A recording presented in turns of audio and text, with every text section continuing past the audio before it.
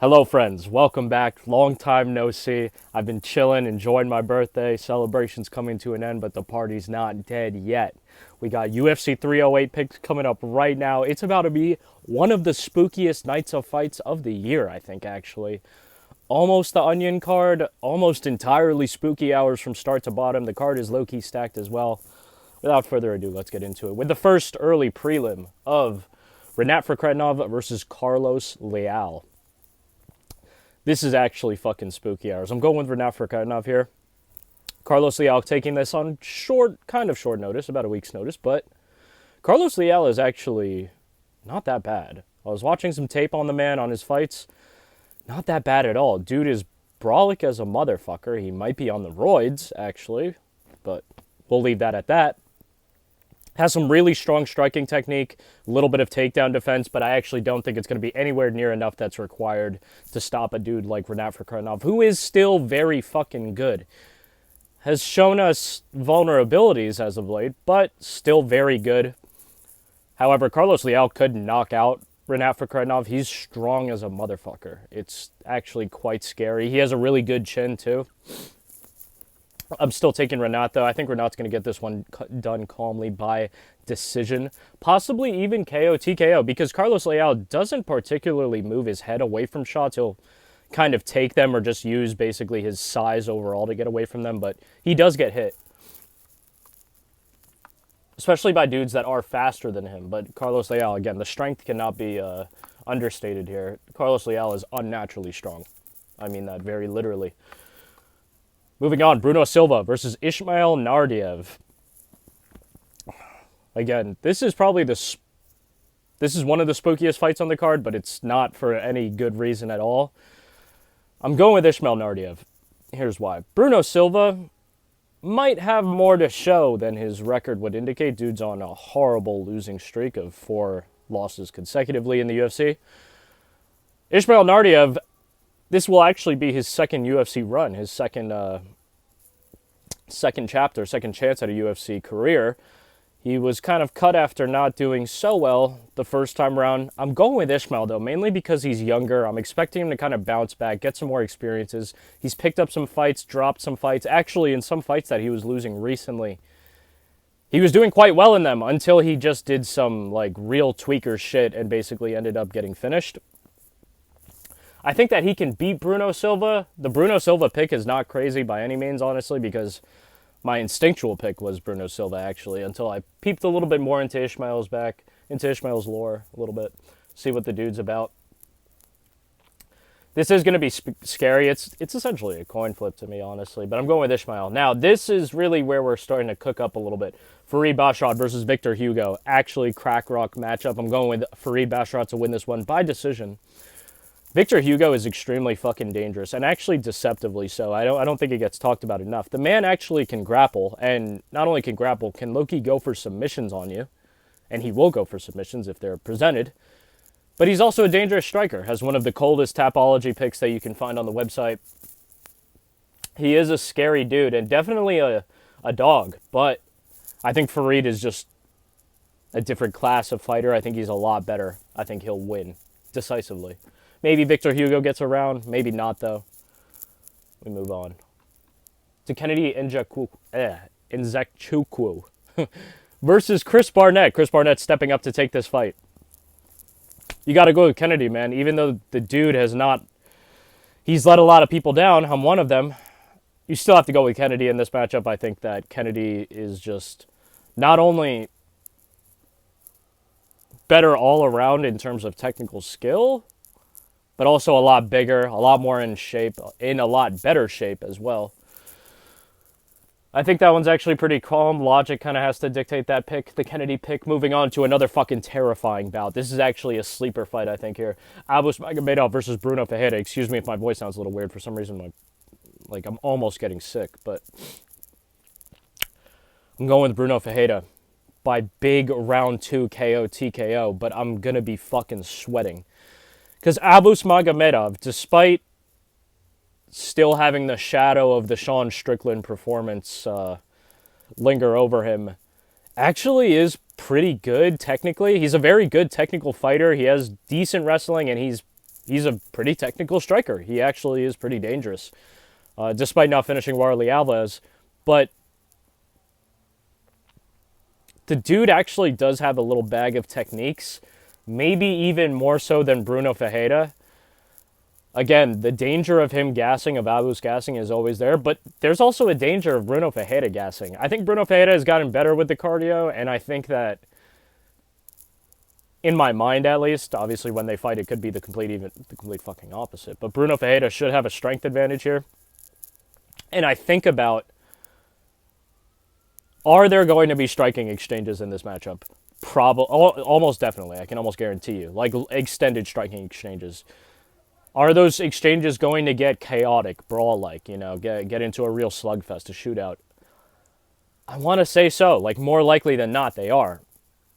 If those happens, if all of those requirements are fulfilled, who does that really favor here? Who does the dogfight the war favor here? And I think it's Bruno Ferreira. I think Bruno Ferreira catches him with just a big shot, maybe in a spooky sequence, maybe just off rip, and puts Abus out, though. I could be very wrong about that. I was actually going back and forth on that one a little bit. Abus Magomedov is a very good pick on this fight as well.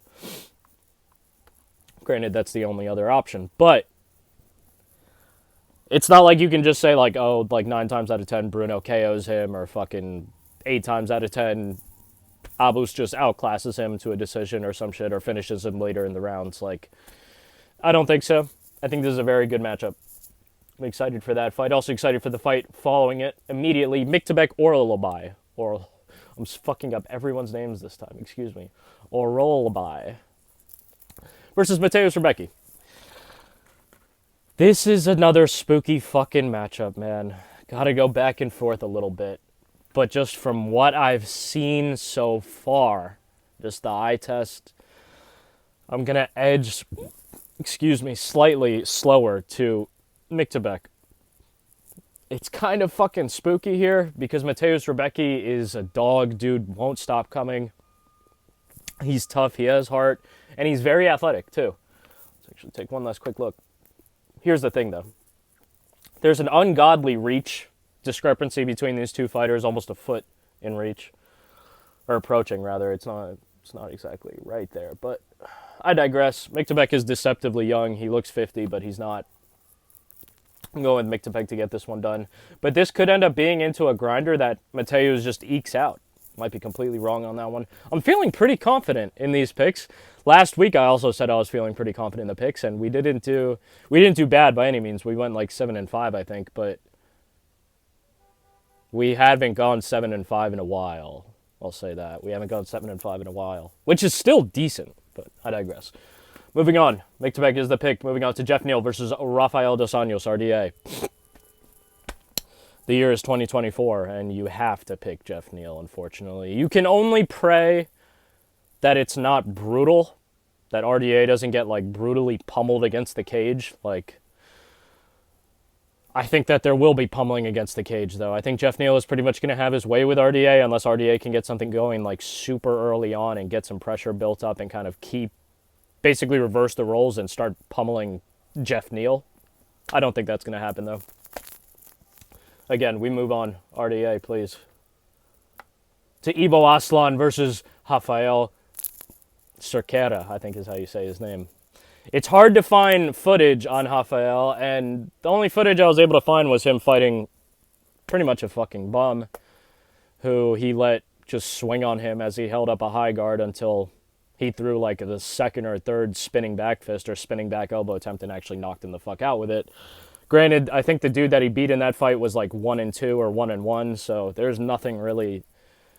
That just shows me that you are actually progressing better than you should be, because I think he's 9-0 at that when he fought that 1-2 dude. So he's been fighting in this promotion called fucking Demo Fight or some shit like that for the majority of his career. No one really knows about that shit. No one can speak to the quality of the fighters there, but the dude has finished people. Apparently, I've heard rumors and whispers and shit about this dude maybe possibly being a black belt in jiu-jitsu.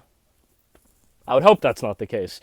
But a lot of people actually are kind of hyped up on Rafael Cerqueira, but I Haven't seen enough. I haven't seen enough to really justify that. Granted, Ibo Aslan on the other side of this coin has not shown me like that he's a fucking champion or even a contender yet. He's tough as shit and a little bit of a tweaker. That's really it, and kind of strong. But we've seen him though. We saw him though. Anton Turkali, the pleasure man, is mid-lows. He's middies. But he did face adversity. That's like, again, a lot of these things, there's like, you know, the devil on your shoulder here. Like, granted, he faced adversity in his fight and he won. The other side of that, it was against fucking Anton Turkali. So it's tough with that. I'm hoping that Ibo, for whatever reason, gets a lot better. Even if he didn't get any better. I think he'll come out if it gets into like the slugfest style of fight, the stand and bang, because Ibo Aslan doesn't give a fuck whether he gets punched or not. If the fight goes to one of those fights, it's in Ibo's favor, and I think he'll come out on top. Moving on, Shara Magomedov versus Armen Petrosyan. I might be getting a little controversial here, but there would be no fucking universe where I pick Shara to win this fight. Shara might win this fight and make it look easy. Armen Petrosyan has let me down unbelievably, but this is his second chance, man. Shara, and this is not even that controversial what I'm about to say about Shara. Shara is nowhere near as good as he's been made out to be. And we've seen that. We've just fucking seen that. Shara is not bad. Shara is not even mids. He's like mid-highs. And he is talented. You can see that the dude is talented. He's a very skilled kickboxer. He's a very skilled Muay Thai fighter. But there's just certain elements of his game, at least when fighting in the UFC, when fighting with MMA rules, in an MMA match. Just maybe some of the aggression, it just doesn't translate as well. I'm just not seeing that fucking thing. Not that thing. Shara's a good fighter. He's a great fighter, actually, I should say. But, because he is experienced. It's not like he just started, he was just fucking kickboxing in some gym and then he started taking MMA fights. No, not at all. But, Shara's pretty one-dimensional in terms of it's just going to be mainly striking. And I still feel like the striking, despite Shara occasionally picking up finishes here and there, despite getting in these longer wars and getting, you know, putting up numbers and striking, I haven't been wowed. I haven't been like, oh, holy shit, like Shara's now actually bugging out. Like the hype is starting to die out around Shara. The only thing that's keeping it going is the fact that he's winning these fights and he's still undefeated. I say all that to say this. Armen Petrosyan has enough striking skill. I think he's a competent enough striker to be able to stand with Shara. And if he just grapples a teensy bit, like clinch up a little bit, just pummel, try to bully Shara just a teensy bit, I think he can take the fight away from Shara, honestly. I think that Armen showed with the CLD fight, he can stick to the basics. He can implement the basics against dudes who sometimes like to use flashier or more devastating strikes. And he can find success with it. He can defeat them with it. So I'm hoping that's what happens. Moving on, Lerone Murphy versus Dan Ige. Dan 50K Ige. This is a rough fight, and I think it's actually a rough fight, a questionable pickup for Dan Ige. I get, you know, obviously trying to push yourself and take these tough fights, especially on a big pay-per-view. But Lerone Murphy has looked great. I think this is a stylistic fucking nightmare matchup for Dan Ige in particular, because Dan Ige needs someone who's not going to, like, try to engage in the cleanest fashion from the safest range. Lerone Murphy's willing to take a risk once in a while, but the thing is he's pretty disciplined. He's a very clean and technical striker.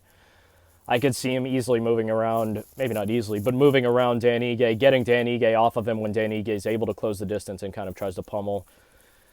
And just winning a decision, man. I think it's rough. I think it's really fucking rough, but there is maybe something spooky about this card. Maybe it's Dan Ige's night. Who knows? But I have to go with Lerone Murphy to get this one done. I feel like I'm flying through the picks. Hopefully it's a quick one this time, because my throat is actually bugging out. Moving on, Magomedov Ankalaev versus Alexander Rakic. I get people picking Rakic, I really do, but I have to go with this man, Magomedov Ankalaev. I have to. Like, people are actually coping for fucking Rakic's loss to Yuri, for Christ's sake. Like, I say that, like, for Christ's sake, as if Yuri's some bum. He's not, but a lot of people were very confident that Rakic would smoke Yuri then. He got smoked. And now people are just saying, oh, that's just because that was Yuri shit, like, blah, blah, blah. Yeah, okay. We'll see. We'll see about that one. I think Magomedov Ankalaev is smart enough and has a diverse enough skill set that whatever real trouble, and by trouble I mean like Ankalaev getting hit, Ankalaev getting taken down, something in that aspect, Ankalaev will respond to counter that effectively. And eventually find a super slick shot, a nice little snipe that puts Rakic out in round 2. It is what it is. It fucking is what it is. If Rakic comes out bugging out, though, this might kind of not be a boring fight, but Ankalaev might change his game plan up, specifically try to just contain Rakic and eke out a decision. We don't know. We'll have to see. Moving on to the co-main event, Robert Whittaker, Robert the Reaper, a.k.a. Bobby Knuckles, versus Khamzat Chimaev. Back and forth on this one, very obvious. If you're not going back and forth on this one, I think you're a little bit tweaked. What have we seen from Khamzat recently? Not much in terms of fighting, as he hasn't fought in a long time. The Usman fight, that's a tricky one. Usman, still fucking pretty much a legendary fighter in his own right.